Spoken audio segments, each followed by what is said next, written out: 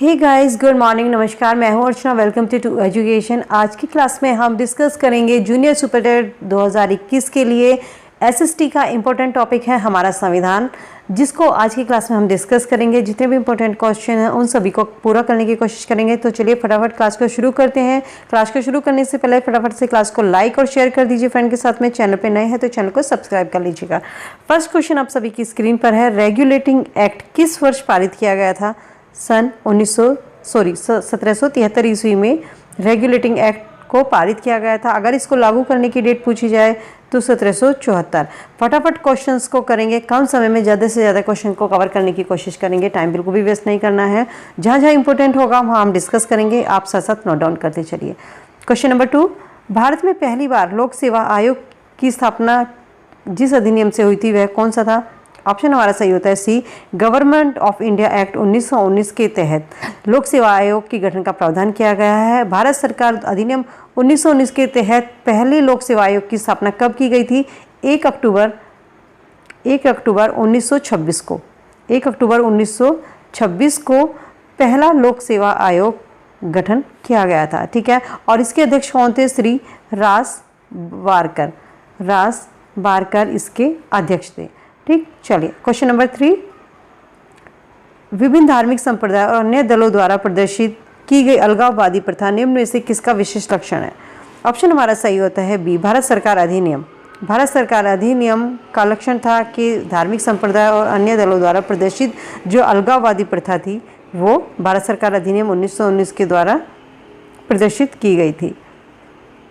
Question number 4, स्वतंत्रता के समय भारत में कितने रजवाड़े थे? ऑप्शन हमारा सही होता है सी, 565। जिस समय भारत स्वतंत्र हुआ था उस समय भारत में 565 रजवाड़े थे। ठीक है, लेकिन हैदराबाद, नोट डाउन कीजिएगा, हैदराबाद, जूनागढ़ और कश्मीर रियासतों को छोड़कर अन्य जितनी भी रियासतें थी उन सभी को भारत में विलय को मंजूरी दी गई थी। केवल हैदराबाद, जूनागढ़ और कश्मीर, इन सबको भारत में विलय की मंजूरी नहीं थी। ठीक है, ऑप्शन सही होता है हमारा यहाँ पर सी, 565 रजवाड़े थे। क्वेश्चन नंबर 5, राज्य पुनर्गठन आयोग ने 1 नवंबर 1956 को कितने राज्य और कितने संघ राज्य बनाए थे? ऑप्शन हमारा सही होता है यहाँ पर ऑप्शन ए, 14 राज्य और 6 नए संघ राज्य। कब बने थे ये? जब फजल अली की अध्यक्षता हुई थी। फजल अली की अध्यक्षता में, नोट डाउन कीजिएगा, फजल अली की अध्यक्षता में राज्य पुनर्गठन आयोग का गठन किया गया था और इनकी सिफारिश पर 14 राज्य और 6 केंद्र शासित प्रदेश स्थापित किए गए थे। आंध्र प्रदेश एक पहला स्वतंत्रता के पश्चात भाषा के आधार पर पहला राज्य था जो गठित किया गया था 1 अक्टूबर 1953 को। 1 अक्टूबर 1953 को आंध्र प्रदेश पहला राज्य था जो भाषा के आधार पर गठित किया गया था। इंपॉर्टेंट क्वेश्चन है, कई बार एग्जाम में पूछा गया था कि भारत की भाषा के आधार पर गठित होने वाला प्रथम राज्य आंध्र प्रदेश है। ठीक है, चलिए क्वेश्चन नंबर 6, भारत में नागरिकता संबंधी विधान बनाने का अधिकार किसको प्राप्त है? ऑप्शन हमारा सही होता है ए, संसद को। भाग 2 और अनुच्छेद 11। ठीक है, भाग 2 और अनुच्छेद 11, संसद को नागरिकता के अधिकार का विधि विनियम बनाने की शक्ति किसको? संसद को प्राप्त है। चलिए क्वेश्चन नंबर 7, शरणार्थियों द्वारा अवैध अप्रवासियों से संबंधित निम्न तथ्यों पर विचार कीजिए। ए, युद्ध, उत्पीड़न और अकाल अन्य कारणों से ऐसे लोग जो विस्थापित होते हैं। ऑप्शन 2, जब कोई देश इन्हें स्वीकार करने के लिए राजी नहीं होता और ऐसे लोग घर नहीं लौट सकते या राज्य विहीन या शरणार्थी हो जाते हैं। या ऑप्शन 3, ये कानूनी तौर पर काम नहीं कर सकते और अपने बच्चों को शिक्षा नहीं दिला सकते लेकिन संपत्ति अर्जित कर सकते हैं। तो ऑप्शन हमारे सही होते हैं 1 और 2, युद्ध, उत्पीड़न, अकाल और अन्य कारणों से ऐसे लोग विस्थापित होते हैं। जब कोई देश इन्हें स्वीकार करने के लिए राजी नहीं होता है तो ऐसे लोग घर नहीं लौटते और ये लोग कौन होते हैं? राज्य विहीन या शरणार्थी हो जाते हैं। तो ऐसे लोग कौन होते हैं? अवैध अप्रवासी हो जाते हैं। ठीक है, तो ऑप्शन हमारा सही होता है ए यहाँ पर। क्वेश्चन नंबर 8, मौलिक अधिकार के अंतर्गत कौन सा अनुच्छेद बच्चों के शोषण से संबंधित है? बच्चों के शोषण से संबंधित है अनुच्छेद डी, अनुच्छेद 24। बच्चों के शोषण, इसमें बच्चों के शोषण से जितने भी संरक्षण इनको बच्चों को प्रदान किया गया है 24 के तहत ही 14 वर्ष से कम आयु के जो बच्चे होते हैं जो किसी कारखाने में काम करते हैं या किसी अन्य जोखिम भरे कामों में नियुक्त उनको नहीं किया जा सकता है। ठीक है, अनुच्छेद 17 किससे रिलेटेड है? ये अस्पृश्यता, छुआछूत से। अनुच्छेद 19 स्वतंत्रता का अधिकार, प्रेस की स्वतंत्रता का अधिकार है। और अनुच्छेद 13 मानव के दुर्व्यवहार और बाला श्रम का इसमें प्रतिषेध किया गया है। ठीक है। अनुच्छेद 17 भी इंपॉर्टेंट है, कई बार एग्जाम में पूछा गया है, most important question. Question number 9, कार्यपालिका न्यायपालिका के पृथक्करण का सिद्धांत संविधान के किस भाग में वर्णित है? तो ऑप्शन हमारा सही होता है सी, कार्यपालिका और न्यायपालिका के पृथक्करण का सिद्धांत संविधान के नीति निर्देशक तत्वों में वर्णित है। संविधान के अनुच्छेद 50 के अनुसार राज्य की लोक सेवा में न्यायपालिका और कार्यपालिका को एक दूसरे से पृथक के लिए रखने के लिए राज्य प्रयत्न करेगा। किसमें? अनुच्छेद 50 में ये प्रावधान है। ठीक है। चलिए क्वेश्चन नंबर 10 देखते हैं। निम्न में से कौन सा एक नीति निर्देशक तत्व है? तो ऑप्शन हमारा सही होता है ए, समान आचार संहिता। 44 के तहत भारत के समस्त राज्य क्षेत्रों में नागरिकों के लिए समान आचार संहिता का जो प्रावधान है वो एक नीति निर्देशक तत्व में प्रयास करेगा समानाचार संहिता का। इसके अलावा प्रेस की स्वतंत्रता, धर्म की स्वतंत्रता और विधि के समक्ष जितने भी हैं ये तीनों ये मूल अधिकार है। संविधान के मूल अधिकार 12 से 35, अनुच्छेद 12 से 35 में संविधान के मूल अधिकारों का इनका वर्णन किया गया है। 19 में अभी बताया था प्रेस की स्वतंत्रता किस में है? प्रेस की स्वतंत्रता अनुच्छेद 19 में, धर्म की स्वतंत्रता अनुच्छेद 25 से 28 में इसका वर्णन किया गया है और विधि के समक्ष अनुच्छेद 14 के अंतर्गत इनका वर्णन किया गया है। ठीक है। चलिए क्वेश्चन नंबर 11, भारत के संविधान के किस भाग में प्रबंधन में कामगार की सहभागिता समाविष्ट है? तो ऑप्शन हमारा सही होता है सी, राज्य। अनुच्छेद 43 के में राज्य उचित व्यवस्था या अन्य प्रकार के जितने भी औद्योगिक संस्थानों के प्रबंधन के कर्मचारियों की भागीदारी के लिए प्रयत्न करेगा। अनुच्छेद 43 के में वर्णित नीति निर्देशक तत्वों को 42वां संविधान संशोधन हुआ था 1976 में। 42वां संविधान संशोधन जब 1976 में किया गया था उस समय अनुच्छेद 43 के में नीति निर्देशक तत्वों को जोड़ा गया था। ठीक है। चलिए क्वेश्चन नंबर 12 देखते हैं।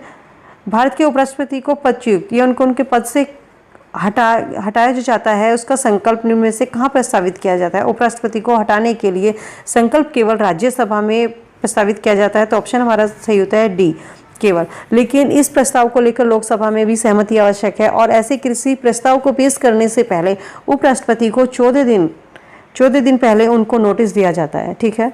चलिए क्वेश्चन नंबर 13 देखते हैं। निम्न में से किसी भौगोलिक क्षेत्र को अनुसूचित क्षेत्र घोषित करने का अधिकार किसको प्राप्त है? तो ऑप्शन हमारा सही होता है यहाँ पर डी, राष्ट्रपति को। राष्ट्रपति को किसी भी क्षेत्र को अनुसूचित क्षेत्र वो घोषित कर सकते हैं। ठीक है। चलिए क्वेश्चन नंबर 14, भारत के उपराष्ट्रपति निर्वाचित होते हैं। ऑप्शन सही होता है हमारा सी, संसद के दोनों सदन के सदस्यों के द्वारा। लोकसभा और राज्यसभा दोनों के सभा के द्वारा उपराष्ट्रपति का निर्वाचन होता है। उपराष्ट्रपति राज्यसभा का पदेन सभापति होता है। उपराष्ट्रपति कौन होता है? राज्यसभा का पदेन सभापति होता है। अनुच्छेद 66(1) के तहत उपराष्ट्रपति का निर्वाचन किया जाता है और संसद के दोनों सदन मिलकर इसको निर्वाचित करते हैं। ठीक है। चलिए क्वेश्चन नंबर 15 देखते हैं।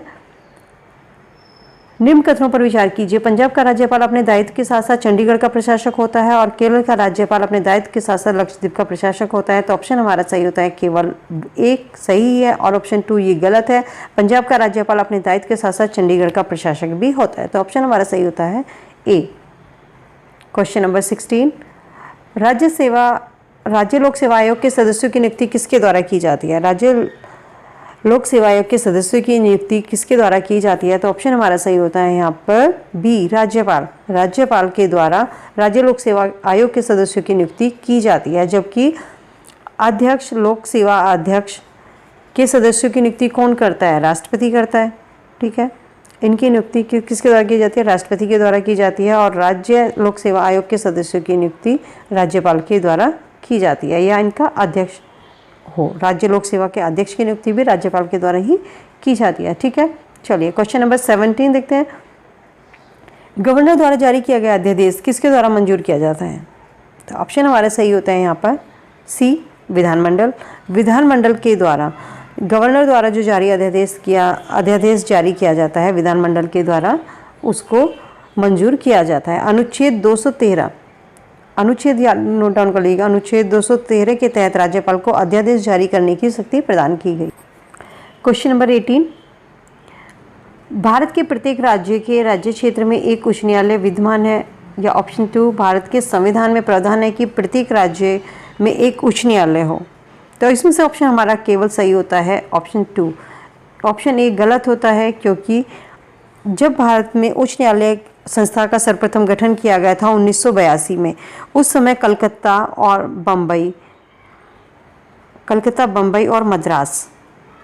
मुंबई और मद्रास में उच्च न्यायालयों की स्थापना की गई थी और 1866 में चौथा उच्च न्यायालय की स्थापना इलाहाबाद में की गई थी। ठीक है, उस समय भारत में प्रत्येक राज्य के लिए उच्च न्यायालय की व्यवस्था की गई थी। ठीक है, भारत में प्रत्येक राज्य के लिए उच्च न्यायालय की व्यवस्था की गई थी, लेकिन 7वां संविधान संशोधन 1956 में जब हुआ था तो उस समय अधिकार दिया गया था कि वह 2 या 2 से अधिक राज्यों में और एक संघ राज्य क्षेत्र के लिए एक साझा उच्च न्यायालय की स्थापना कर सकता है। इसलिए ऑप्शन ए हमारा गलत हो जाता है और ऑप्शन 2 हमारा सही होता है। ठीक है, चलिए क्वेश्चन नंबर 19। केशवानंद भारतीय केस का महत्व इसलिए है क्योंकि उसने कार्यपालिका के आदेशों को दरकिनार किया या उच्चतम न्यायालय ने संविधान की मूल विशेषताओं को प्रतिपादित किया था। ऑप्शन सी, उसने संघीय सरकार को कटघरे में खड़ा कर दिया, में से कोई नहीं।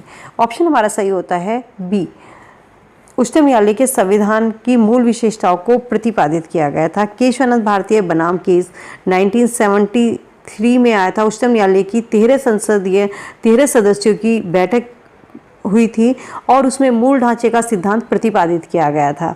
ठीक है, लेकिन इसमें निर्णय लिया गया था कि संविधान की जो शक्ति, संसद की शक्ति को स्वीकार किया गया था, लेकिन साथ ही साथ ये भी कहा गया था कि अनुच्छेद 368 संविधान की मूल संरचना या सांचा या ढांचा जो भी है उसमें परिवर्तन की शक्ति प्रदान नहीं करता है। ठीक है, चलिए क्वेश्चन नंबर 20। एक उच्च न्यायालय का न्यायाधीश अपना त्यागपत्र किसको संबोधित करता है? उच्च न्यायालय का न्यायाधीश अपना त्यागपत्र किसको दे सकता है? राष्ट्रपति को दे सकता है। और उच्च न्यायालय के न्यायाधीश की उम्र कितनी होती है? 62 वर्ष तक वो अपने पद पर रह सकता है। ठीक है, क्वेश्चन नंबर 21। निम्न कथनों पर विचार कीजिए। भारत के संविधान के भाग 9 में पंचायतों से संबंधित उपबंध है, सही है, और उसे संविधान 73वां संविधान संशोधन अधिनियम 1992 के द्वारा स्थापित किया गया था, ये भी सही है। ऑप्शन 2, भारत के संविधान के भाग 9 के में नगर पालिकाओं से संबंध है, ये चीज़ सही है। तथा अनुच्छेद 243 क्यू के अनुसार प्रत्येक राज्य के लिए 2 प्रकार की नगर पालिकाएँ हो सकती हैं, नगर पालिका और नगर परिषद। तो ये जो लाइन है ये यहाँ पर गलत है, तो ऑप्शन हमारा यहाँ सही होता है केवल 1।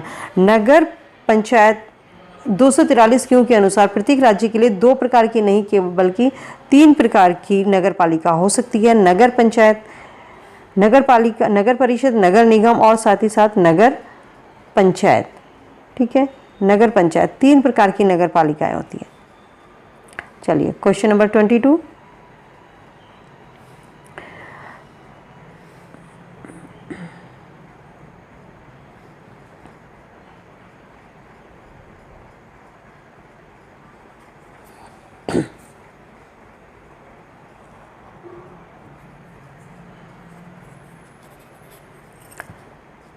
Question number 22। यदि पंचायत भंग होती है तो किस अवधि के अंदर निर्वाचन होंगे? यदि पंचायत भंग होती है तो 6 माह के अंदर से दोबारा से चुनाव होंगे। पंचायत संस्थाओं का कार्यकाल कितना होता है? 5 वर्ष का इनका कार्यकाल होता है, किंतु राज्य सरकार द्वारा इन्हें समय से पहले भी इनको भंग किया जा सकता है। ठीक है, सो फ्रेंड, ये थी हमारी आज की क्लास जिसमें हमने संविधान से रिलेटेड इंपॉर्टेंट क्वेश्चन डिस्कस किए हैं।